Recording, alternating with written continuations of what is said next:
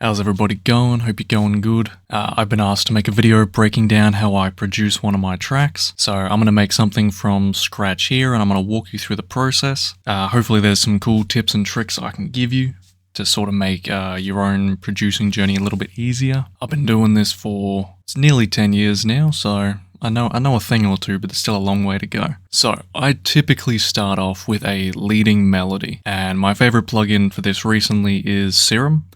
Specifically Serum 2. There's a endless amount of cool presets you can get, and you can chuck your own sounds into there and muck around with them. It's just really versatile in the kinds of styles and sounds you can create. So I've already pre-selected a preset that I want to start mucking around with, and let's see what we can come up with. So the main place I write anything is in the piano roll. You can write everything on a MIDI keyboard and play it yourself. I can't play keyboard for absolute shit, so that doesn't really work for me, so this is how I do it. We sort of just go through the different octaves and different notes until we find something that sounds cool, something that we're happy with.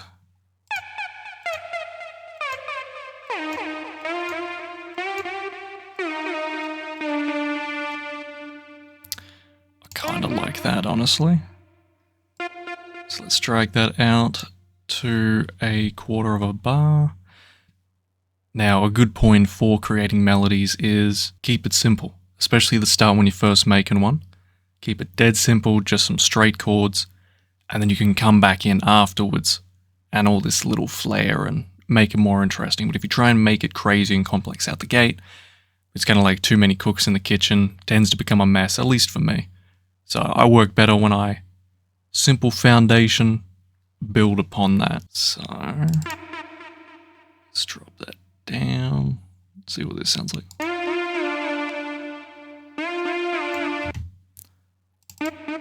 Let's do a half step up.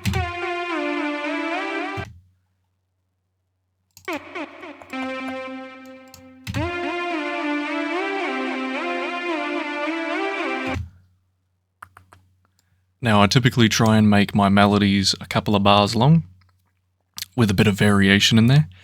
If it's like one bar and it's very straightforward and people just listen to that one bar over and over and over again, gets repetitive. Sometimes it can work, some songs work really well with strong repetition, especially when you've got a bunch of other elements going on. I tend to try and make it a little bit longer just to alleviate the chance of that happening, because last thing you want is someone to get a minute in and be like, my god, I've heard enough of this. Turn it off, never want to listen to that again, and then their impression of that track is that it's annoying and repetitive, and you don't want that. We'll make the second bar similar, but I might move things up a little bit. Or I could drop that down.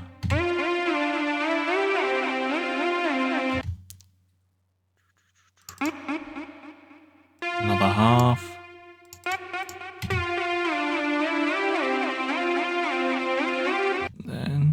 Really bring that down for here. Take that up a little bit extra, actually.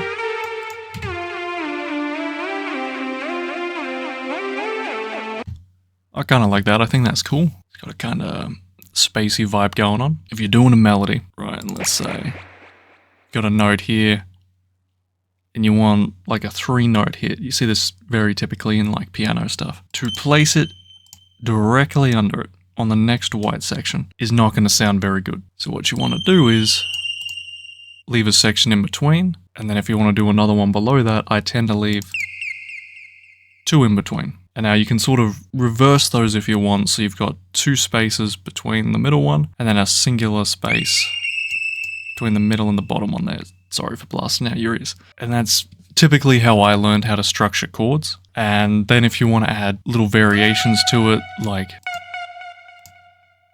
so that it sort of drops down halfway through, it's all stuff like that that you can muck around with. But the general idea is don't just have notes sitting directly next to each other, or it tends to sound out of key and it sounds gross. Also, when you're really just starting out doing it, it's easiest to sort of keep it in like the 1 to 1 to 1 to 2.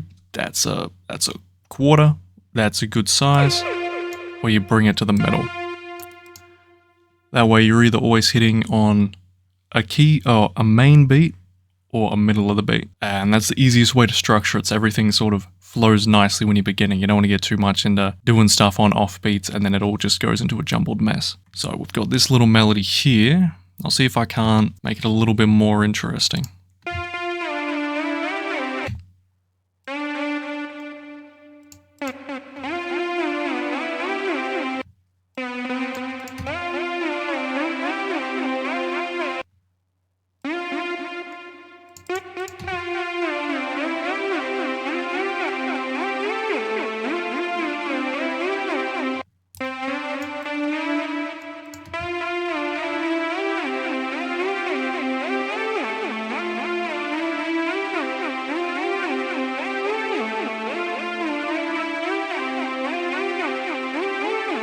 Alright, I am quite a fan of that, I reckon. I've decided to add a little bit of a pad underneath this. Now, a good way to build upon something you've already got and keep it in key is to build upon it with the melody line you've already created. So let me show you this pad real quick.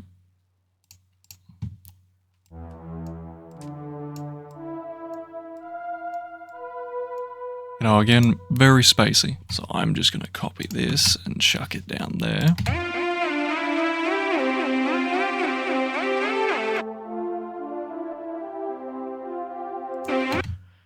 But I don't want it exactly the same. So...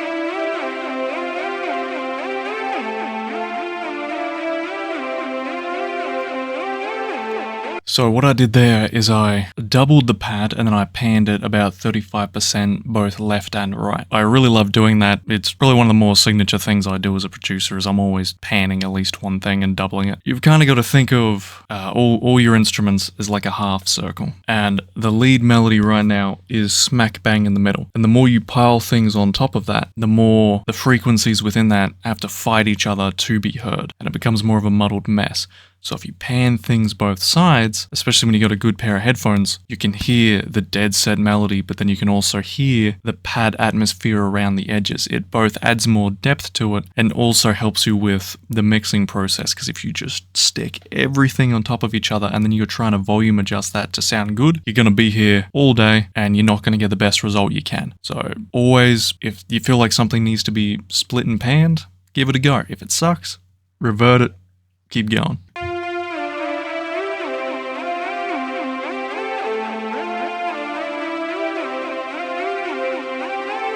I kind of feel like I'd like a little bit of a distortion on this pad. Really like this solid fuzz distortion plugin I've got.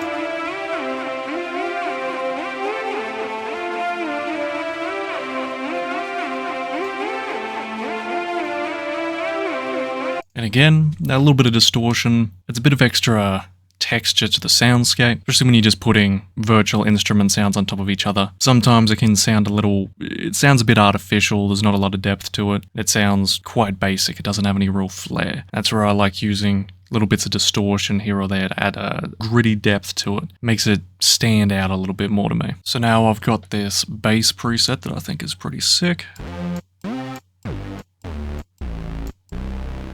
I can hear that fitting pretty well on what we've already got. So again, I'm going to take this lead here and we'll just see how it sounds straight up and then we'll adjust things how we want.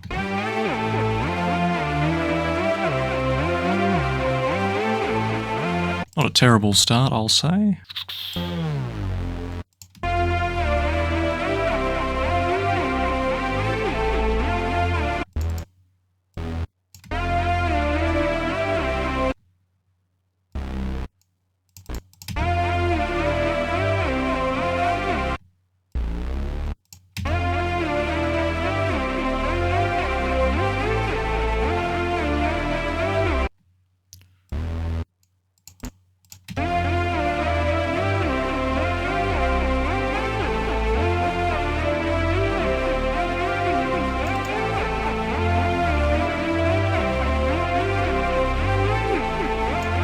Now, an important thing as well is I do a little bit of mixing as I go along, generally adjusting the volume sliders of things to try and always keep things sitting in a nice space with each other. If you mix as you go, it's much easier to sort of finalize that at the end and be like, all right, I just need to make a couple of tweaks here, might chuck an EQ on this. But if you sort of, again, just dump things on top of each other, don't adjust the volume, and then you get to the end of the process and you're like, all right, I gotta try and mix this. It's an entire nightmare, because sometimes in mixing as you go, you realize, this sound or this instrument does not work with what I'm doing, cut it out. And it's very important along the way to listen back to what you're doing and going, is there too much going on? Do I have too many elements? Does an element sound cool in isolation, but with everything else it clashes and it doesn't sound good? And then being able to look at that and go, all right, I'm removing that from the mix.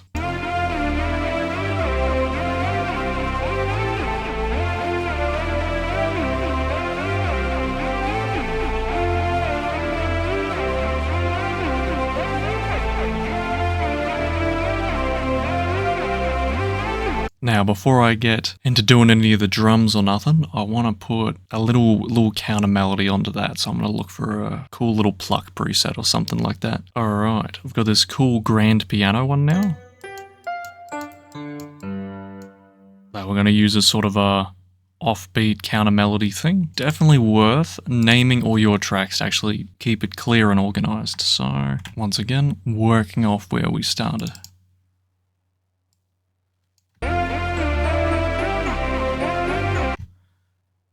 So, keep that.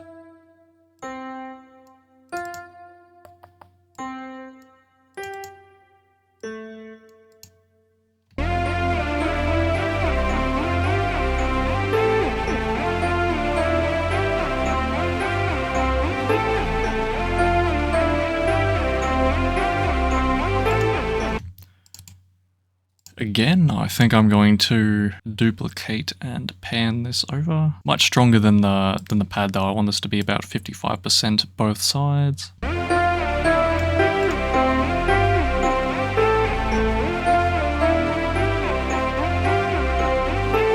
So now I'm going to get into doing the drums and whatnot. I've got a drum sample here, and then got a snare and a shaker.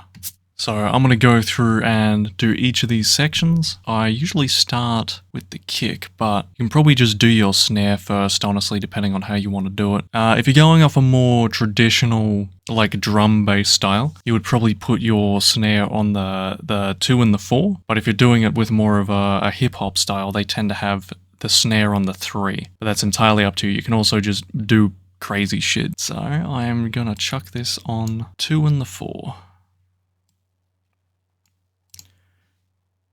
And we'll just see how this sounds. Now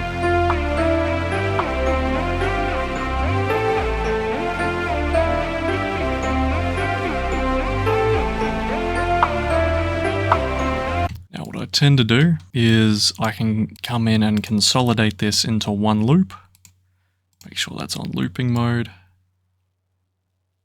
Drag that out and it's always going to hit on the 2 and the 4.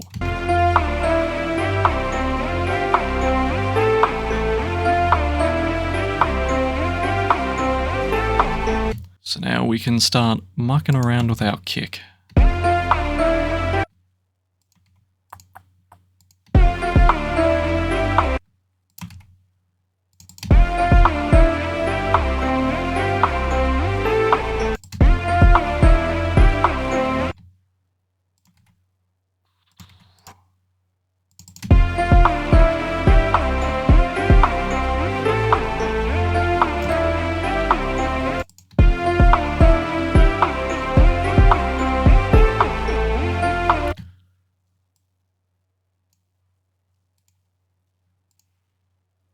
Again, consolidate that into a single loop. And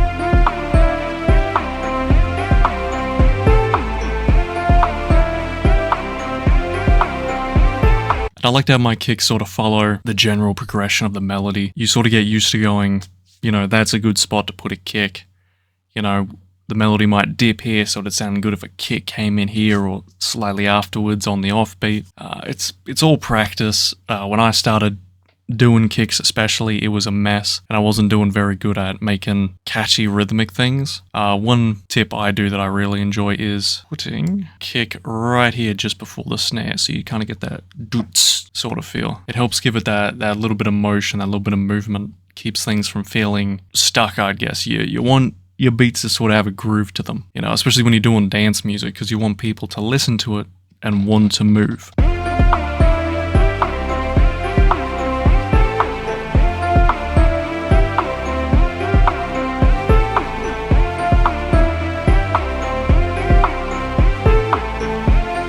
So I decided, don't like that shaker, I don't think it suits what I'm doing, and that's always good. You know, it's worth being able to be discerning and going, this sucks, I hate this sound, we're taking it out, instead of trying to force it to work in what you're doing. I've got a second one here, we're going to see if we can get that going a little bit nicer.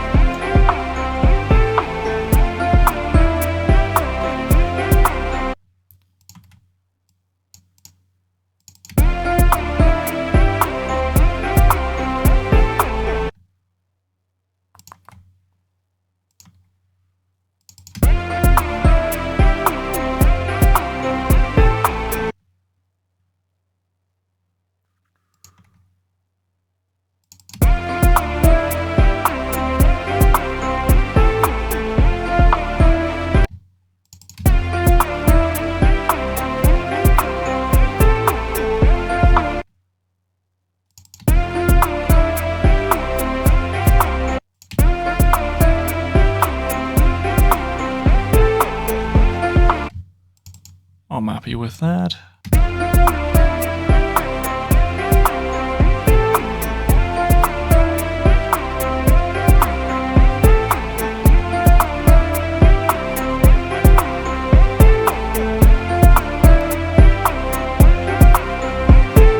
So there you go. That's the general process I go through with making something. If I'm making something a bit more complex, it might take me a while longer. Depends how many elements we're doing, depending on what the genre is. One of the people who was talking to me about making this video said they're trying to make tracks that sound like they're from video games. And some of my best advice for that would be research the style of game soundtracks you want to do. Sit down, fully listen to them. Listen to how they do their kicks and their snares. How are their melodies? How many melodies have they got? What sort of instruments are they using? You know, is it more traditional orchestral sort of instruments, or is it more synthy sort of stuff? Yeah, honestly, I do a lot of just sitting down and listening to different sort of tracks and breaking down how other people produce their stuff. Because if someone has been producing for like their whole life and they've learned from other people, it's worth you sitting down and trying to glean some of that knowledge for yourself. Because as much as sometimes, you know, as a small artist, you're like, I can do it all myself, you know, you're better off trying to learn from other people because it will speed up this process tenfold. So I hope this helped somewhat. I hope you get something out of this. And if there's anything on this you want me to expand on, feel free to ask me questions. Or if you'd like a follow-up video focusing more on like the mixing side of things, or something I went a little bit too fast on you want a bit more clarification for, just let me know. I'm always happy to make more of these. I've been doing this for a long time, and if I can help other people get a little bit more comfortable doing it, that, you know, that makes my day. So have a good one.